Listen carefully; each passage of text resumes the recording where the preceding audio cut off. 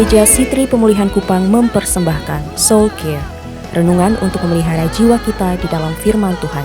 Selamat mengikuti. Paulus bilang, waktu kita lemah, waktu kita menderita, ada penolong, ada kuasa yang tinggal di dalam engkau, namanya Roh Kudus. Izinkan dia membantu engkau. Persoalannya bagaimana dia membantu. Sebab kita tidak tahu bagaimana sebenarnya harus berdoa, tetapi Roh sendiri berdoa untuk kita kepada Allah dengan keluhan-keluhan yang tak terucapkan. Menarik, tangkap ini. Waktu seseorang menderita, dia hanya diberi dua pilihan: mengutuki Allah atau berdoa kepada Allah. Engkau menuduh Allah, engkau tidak adil, mengapa ini terjadi? Atau engkau bilang, Tuhan, saya butuh engkau di musim ini, apa yang harus saya lakukan? Kau berdoa. Persoalannya di dalam penderitaan dan air mata yang sangat berat, kadang engkau tidak tahu bagaimana berdoa. Saya tidak tahu engkau pernah mengalaminya atau tidak, tapi saya pernah mengalaminya. Baru saja menikah dengan istri, kami ada di ladang misi di Timor Leste, di gunung, tidak ada listrik, tidak ada sinyal handphone, tinggal sendiri. Setelah 5 bulan kami, istri keguguran anak 3 bulan dalam kandungan, anak pertama. Nah, saya bikin konteksnya supaya saudara paham. Saya menyerahkan diri full time, membawa istri saya ke ladang misi, dan sebagai seseorang menyerahkan diri full time ke ladang misi. Di pikiran saya berkata, Tuhan pasti tolong, Tuhan pasti berkati, tidak mungkin keguguran. Pengalamannya ternyata keguguran. Dan di titik itu, identitas saya sebagai hamba Tuhan dan anak Allah bertabrakan dengan pengalaman saya yang saya hadapi. Air mata. Saya mau bilang kepada saudara, di titik itu saya tidak tahu berdoa. Setelah pengalaman itu lewat, kami tidak bisa berdoa. Saya tidak tahu, saya seperti berjalan dan melayang, sebab identitas saya sebagai anak Tuhan dan hamba Tuhan bertabrakan, clash dengan experience, pengalaman saya. Saya lalu mengerti ayat ini. Saya ingin saudara tangkap ini secara konteks eksegesis. Ayat ini tidak sedang memberi instruksi untuk bagaimana berdoa, karena orang Roma tahu berdoa,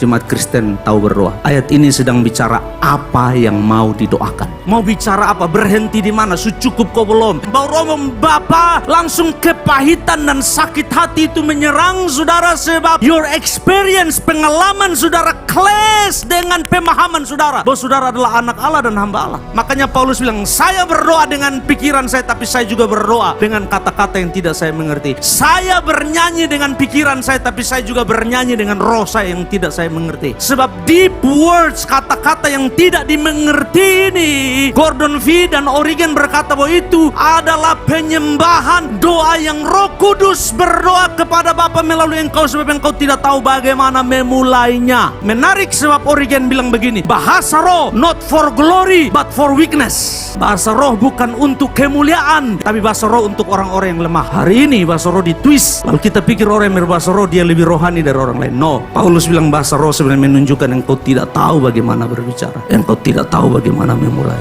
engkau tidak tahu apa yang harus engkau doakan. Di titik itulah Roh Kudus ambil alih dan bicara kepada Allah. Demikian renungan Soul Care dari Gereja Sitri Pemulihan Kupang.